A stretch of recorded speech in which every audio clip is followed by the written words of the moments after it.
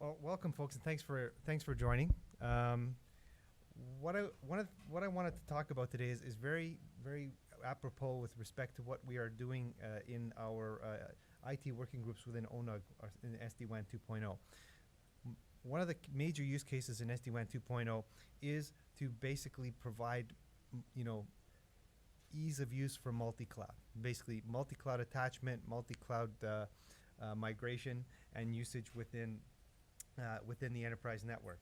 So, of course, today we're going to be talking about the Cisco SD-WAN on-ramp to the multi-cloud. So, we all know it's a multi-cloud world. If you didn't know before the keynote this morning or before getting here to ONUG, you can see that it is. So, of course, everybody's interested in moving workloads to the cloud and using SaaS. Perhaps you're looking at using colocation facilities to bring your traffic into in order to get faster access, express access to different cloud providers or cloud services, right? So of course, all these things are coming at you as an IT person. This is my good friend Sal here in the middle, right? He's like got all this stuff coming in. You guys are all part of that, right? It's like all these requirements coming in. You got to move stuff around. Your boss wants what your cloud strategy is and how you're going to get there, and you're like, what am I going to do, right? There's so many different ways of connecting, so many different ways of orchestrating within the cloud, and how do I get my WAN access? Which connection should I use, right? But the nice thing about SD-WAN is it can really be the cloud unifier. So the SD-WAN, the nice thing about SD-WAN as it's developed over the past few years is you have a single access mechanism, single WAN mechanism that allows you to basically deliver a number of key use cases. So as you're moving towards the cloud, what you're doing is really moving your data center. Your old data center is kind of exploding to all these other endpoints. But you would still like to treat those endpoints like they were when they were in the private data center. You want a consistent access mechanism. You want to control how traffic's getting in there. You want to be able to apply policy to that traffic. You want to be able to use your data centers and your WAN access in an active fashion. And you want to be able to apply traffic engineering and policy to all those endpoints, just like their sites on the network.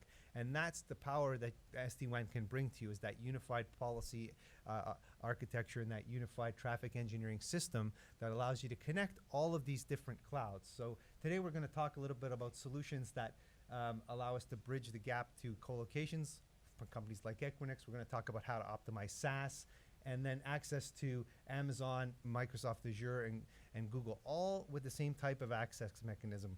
The one that's in the gray there we're still working on, but we have these other all these other clouds are supported today. So the great unifier is SD-WAN access, and the fact that we have these now centralized controllers that we're using, it allows us to actually bridge the gap between the different orchestration APIs in the cloud as well and make that deployment much simpler. So let's talk a little bit about some examples of how we do that. Okay. So the first one, maybe the first step in using cloud for you is that you're going to, maybe start using some SaaS applications, either Office 365 or Salesforce.com, and you want to get good performance for those SaaS applications. So if you're using Office 365, for example, Microsoft's going to tell you, please break out the traffic locally. It's going to be faster. Your user performance is going to be better. If you don't do that, if you try to backhaul through a central site, you're going to have a lot of problems, a lot of help desk tickets, because the performance just isn't there, right? So the cloud on-ramp for SaaS is really a more intelligent way of allowing you to do traffic offload at the branch. In previous generations of SD-WAN, you could kind of send all your internet traffic via the default route to the internet. You didn't really have a ton of control over it once it got out of your infrastructure. With cloud on-ramp for SaaS, you're getting some more control over the traffic that you're sending to the internet. Not only are you getting a per application, per VPN type of offload, so you can whitelist certain VPNs and certain applications only to go to your internet breakout connection, but you're also getting performance-based probing through HTTP ping type of a probe that we can send to the application front end to determine whether that internet path is actually a better performing path. And if it isn't, if for some reason something's down or something goes wrong in the ISP, we can continue to keep that connection alive by moving that traffic back onto the enterprise network. You'll have to go up through your central gateway site, but at least you won't be left in the dark at the branch. So that's one key. That's the sort of the first key step maybe you want to take when you're moving towards the cloud. Now, let's say you're actively thinking about moving your application or application workloads or part of your data center infrastructure into an infrastructure service provider. In this case, I'm using Azure as an example, but the story is very similar for Amazon and for Google. All right. So what we do here is we're looking at, you seeing setting up your host VNets here on the left, right? So what we do with vManage is we automate the setup of what's known as a transit VPC. What we do is we build inside that transit VPC 2 SD-WAN routers, 2 WAN edges, okay? And then we automate the connection, oops, wrong way. Then we automate the connection of those WAN edges through the VPN Gateway into a router that sits within your host VNets. Now, all of this infrastructure that I just showed you appearing on the screen here, all you really have to do is put your credentials and information needed to access your own host VNets, and we will read back through the cloud provider APIs all the information we need to instantiate the virtual network functions on the WAN edge, as well as create the connections and start the IPsec and the BGP routing processes to make these connections. All right. So what we end up with is a gateway VNet per region, based on BGP over IPsec tunnels for advertising routes back and forth, and this is all completely automated via vManage with just a few mouse clicks and a few input parameters. And we'll see this. I'm going to show you a demo of this in a couple minutes here. All right. So that's if you're using Cloud On-Ramp, what we call Cloud On-Ramp for IaaS. So you can see that we're bridging the gap between the SD-WAN into the cloud provider, and we're also homologating the interface, so you don't have to worry about the different cloud APIs. We take care of that within vManage. All right. This next piece of the puzzle is if you are considering using a co-location facility for basically aggregating your branch or site traffic. And anybody who's considering using co-location facilities in their architecture? There's a number of people that are doing this now.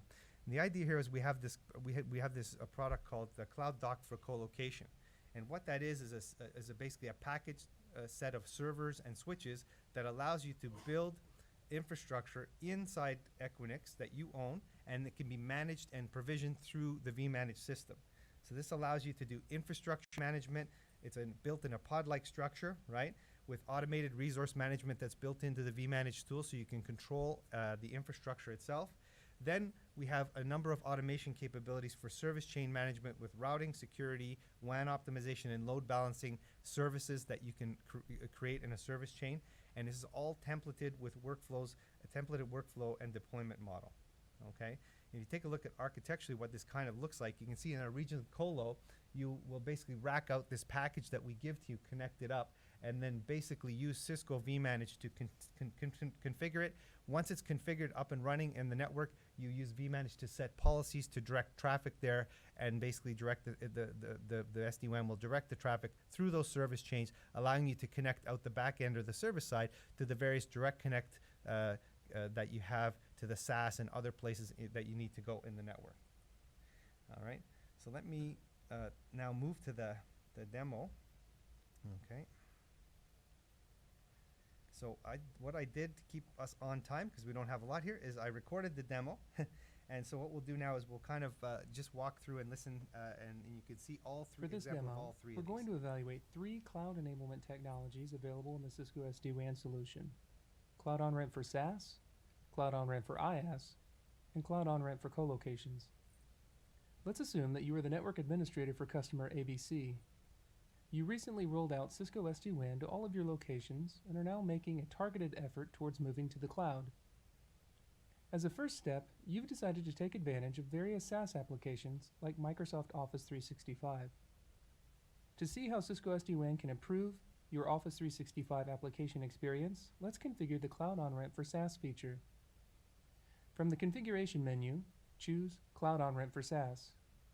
Our first step is to identify the applications we want to optimize. Here, we'll choose Office 365.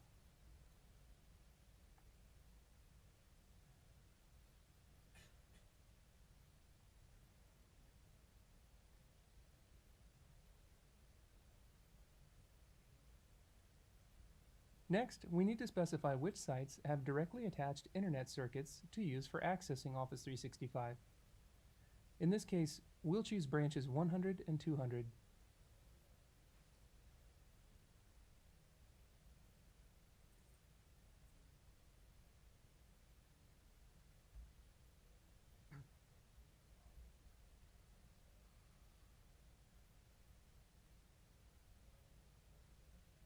Lastly, we need to identify which sites will act as a gateway to Office 365 in the event that the branch internet circuits are down or unacceptable, or likewise, if a branch does not have an internet circuit attached, they can utilize gateway sites to reach the SaaS application.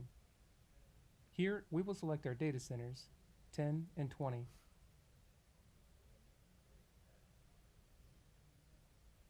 That's it. The solution will now begin pulling the Office 365 application over the internet to measure loss and latency.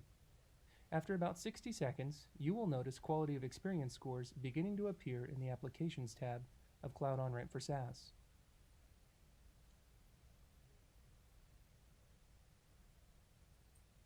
One of the biggest challenges to SD-WAN's distributed architecture is how to consistently apply security and optimization policy across the branch, data center, and cloud.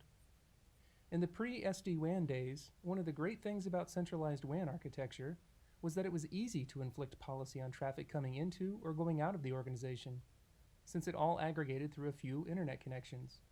But this came with a heavy latency penalty. So how then, with the distributed architecture of SD-WAN, can we get the benefits of a centralized architecture without incurring a latency penalty?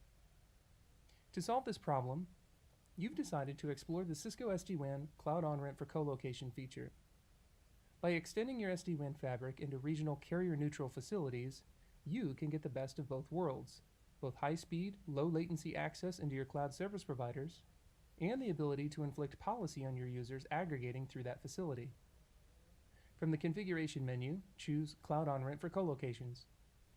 For the sake of time, we've already created a cluster ahead of time for your colocation center of choice. In our example, let's assume that we want traffic destined for Dropbox to be inspected by an ASAV firewall before it's allowed to go out. In the Service Group menu, let's start by creating a service chain for this traffic. Here, the chain will consist of an SD-WAN router to allow the chain to be present on the SD-WAN fabric and an ASAV firewall.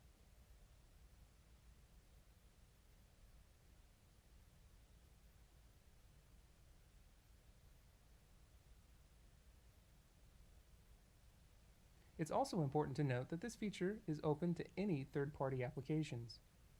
If the appliance you want can be virtualized, then it can be utilized within a traffic service chain. After setting the various day zero parameters of our virtual appliances, we will deploy it to our colocation facility. So that's your SD-WAN router, and then the firewall, and then the output connection will go to the internet.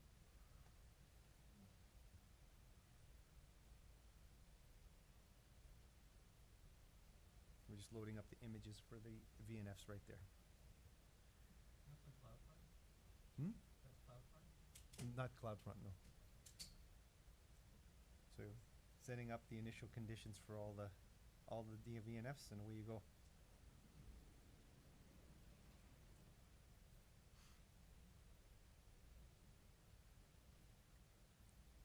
So now just apply it to that cluster.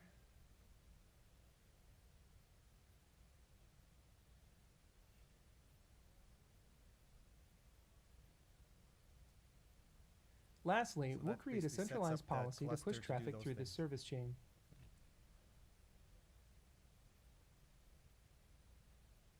So we'll redirect some traffic now to that cluster. So whatever traffic we want, we'll just apply a policy to send it to that co-location facility. And now the vSmart pushes that traffic policy to all the sites that need that policy in the WAN. So you set up your site, you set up your gateway site in the colo. Now you're setting up the branches to direct traffic Now, to that circling site. back, since you now also have high-speed access into various cloud service providers via regional colocations, you may also want to revisit the Cloud on Rent for SaaS feature. These colocations can act as a gateway site for Office 365 and any other SaaS application you configure. In some cases, you may find the latency is better when accessing Office 365 through the colocation facility than it is when accessing it directly from the branch. As a final step in our journey, Company ABC has decided to start hosting workloads within AWS. Rather than accessing these workloads via a central site, you have decided to enable the Cloud on Rent for IaaS feature. This workflow automates the process of joining the AWS domain to your SD-WAN fabric, providing access to these workloads directly from your branches. From the configuration menu, select Cloud on Rent for IaaS. Here, since our workloads are in AWS, we will select AWS as our cloud service provider. After providing the necessary credentials obtained from the AWS dashboard, the workflow will walk us through attaching each AWS VPC to our SD-WAN fabric.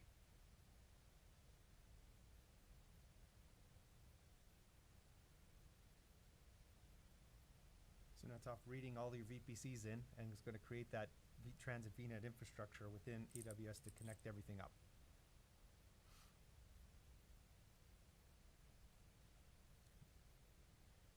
In our case, we will select the test pod 1 VPC to attach to.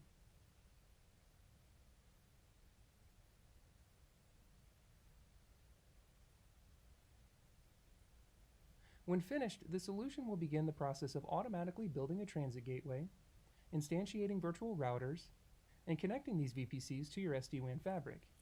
This process typically takes about 8 to 10 minutes.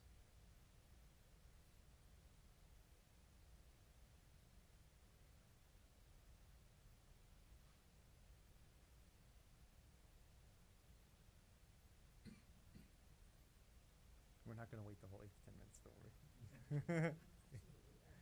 And that's it. You've now successfully optimized your access to both SaaS and IaaS resources, as well as increased your overall WAN policy agility through the use of carrier-neutral facilities. Transit gateway that you instantiated. Hold on a second. Let me just come back out of here for a sec. There we go. That we just saw was this. Okay. Yes? Mm-hmm. Sorry, I mean, yeah, Mhm. the transit gateways that you instantiated were in AWS. They had nothing to do with Infosys. That's correct. So in the co-location facility, you're actually building the VNF inside a server that you own, right? So so if you look here, I remember I showed you. So this is kind of the hypothetical diagram. You can bring all your access together to one place, but really what the product looks like is basically a pod that we ship as a single unit, right, to you. That basically has 2 servers for redundancy, 2 switches for redundancy, and then basically your servers hang off those switches, right? And then basically that's how we do the mesh for the service chaining. And then you basically go inside the servers and you build these service chains out. Once those are built in that GUI, then you use your SD-WAN policy to direct traffic to there, and away you go.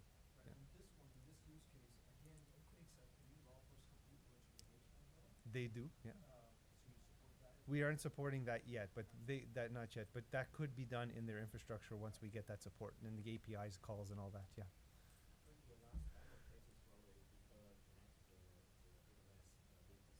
Mm-hmm.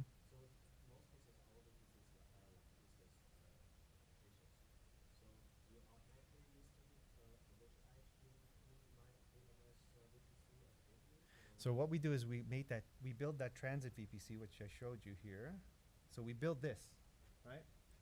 That transit edge. From there, we launch an IPsec tunnel to this another CSR router. We call the VPN Gateway. Okay, and then basically that's IPsec between the WAN edge and your VPC, and you advertise your routes into there through PGP, and away you go.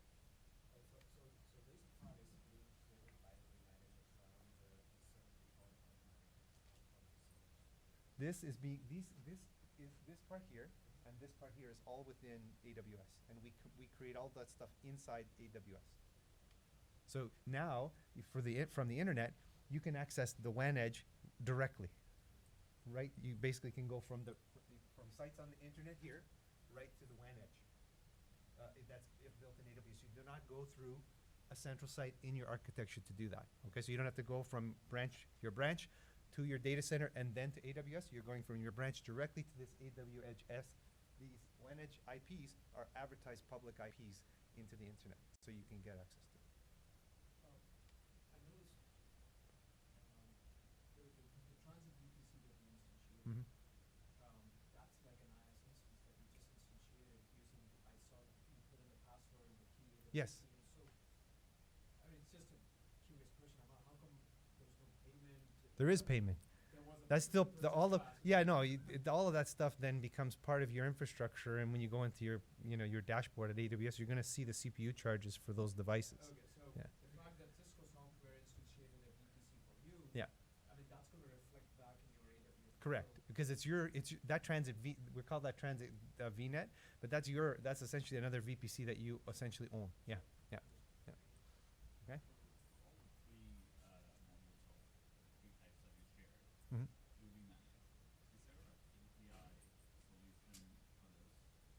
You mean, can you make API calls to do that software? Yes. Everything that you can do in the vManage GUI has an underlying API call that you can use. So if you actually go in and use the console debug, you can see the API call. But if you go into vManage itself, you can see that you basically can call up the API and see what the parameters are. Yeah. Yeah. I'm just curious, Mhm. the cloud provider, you have Azure and AWS, there's no GCP. No, there is GCP. It's coming. We haven't released it yet, but it's coming. It's the next release. Yeah, GCP. Then there's and then Alibaba is going to be after that, and yeah, we'll have the major ones in there by the end of the year probably. Yeah. So, all right. So you can see what we're doing here. We're taking, one of the nice things about SD-WAN is that consistent traffic management policy throughout your network. Everything's the same, right? The way you manage it, you don't have to manage, different clouds with different policy, but also the controller-based management, the controller-based design of SD-WAN allows us to basically hide or abstract all of the different cloud APIs for you. So you have sort of one single interface for different cloud providers, and all of the details underneath in terms of the API calls you need to make to build all this infrastructure is taken care of you by the management automation. So that's why I say SD-WAN, and especially what we're doing in SD-WAN 2.0 is probably going to be a big part of unifying cloud access for customers like yourselves.